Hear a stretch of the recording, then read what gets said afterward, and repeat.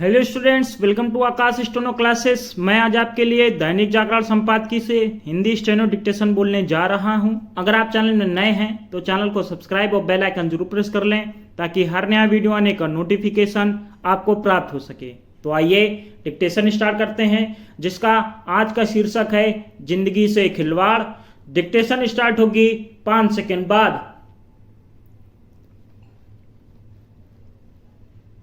Start. Delhi में एक इमारत में आग लगने से 27 लोगों की मौत ने फिर से यह चीख कर बताया कि देश की राजधानी में सुरक्षा संबंधी मानकों की किस तरह घोर अनदेखी हो रही है। दिल्ली में किसी इमारत में आग लगने और उसमें लोगों के काल कवलित होने की यह पहली घटना नहीं। यहाँ रहकर ऐसा होता ही रहता है। कभी कोई कारखाना, कभी गोदाम, कभी रिहायशी इमारत और कभी कोई होटल आग की चपेट में आता ही रहता है। ऐसा लगता है कि जिन भी विभागों पर यह देखने निगरानी करने का दायित्व है कि हर तरह की इमारतों में आग से बचाव के साथ सुरक्षा के अन्य उपायों का सही तरह पालन हो, उन्होंने यह ठान लिया है कि कुछ भी हो जाए, कितने भी लोग मारे जाएं, उन्हें अपनी जिम्मेदारी की रत्ती भर भी परवाह नहीं करनी, क्योंकि घातक अनदेखी और असंवेदनशीलता का यह भाव ऊपर से लेकर नीचे तक व्याप्त है। इसलिए ना तो कहीं कोई सुधार हो पा रहा है और ना ही जरूरी सबक सीखने की इच्छा शक्ति दिखाई जा रही है। हमारे नीति नियंताओं को यह आभास हो तो अच्छा कि इस तरह की घटनाएं केवल जान माल की क्षति का कारण ही नहीं बनती, बल्कि अंतर्राष्ट्रीय स्तर पर देश को शर्मसार भी करती हैं। Paragraph change.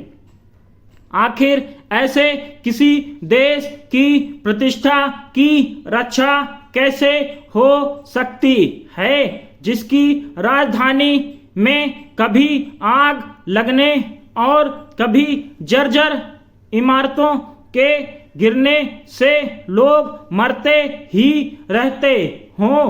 सवाल यह भी है कि सार्वजनिक सुरक्षा के मामले में जब दिल्ली ही कोई उदाहरण नहीं पेश कर पा रही है, तब फिर देश के अन्य हिस्सों से कोई अपेक्षा कैसे की जाए। अपने देश में सार्वजनिक स्थलों में आम लोगों की सुरक्षा की जैसी खुली और खतरनाक अवहेलना होती है, उसकी मिसाल मिलना कठिन है। समस्या केवल यह नहीं कि सुरक्षा उपायों के प्रति सतर्कता और अनुशासन का अभाव है, बल्कि यह भी है कि नियोजित विकास के मानकों को जानबूझकर धता बताया जाता है। इससे भी खराब बात यह है कि इसके लिए कभी किसी को कठोर दंड का भागीदार नहीं बनाया जाता। आम तौर पर एक विभाग दूसरे को दोष देकर अपने कर्तव्य की इतश्री कर लेता है।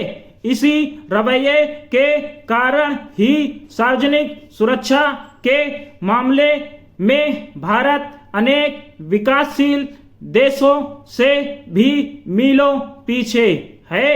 स्थिति में तब तक सुधार नहीं होने वाला जब तक इस मानसिकता के तहत काम होता रहेगा कि जब हम विकसित देशों जैसे बन जाएंगे तब सब कुछ ठीक कर लेंगे।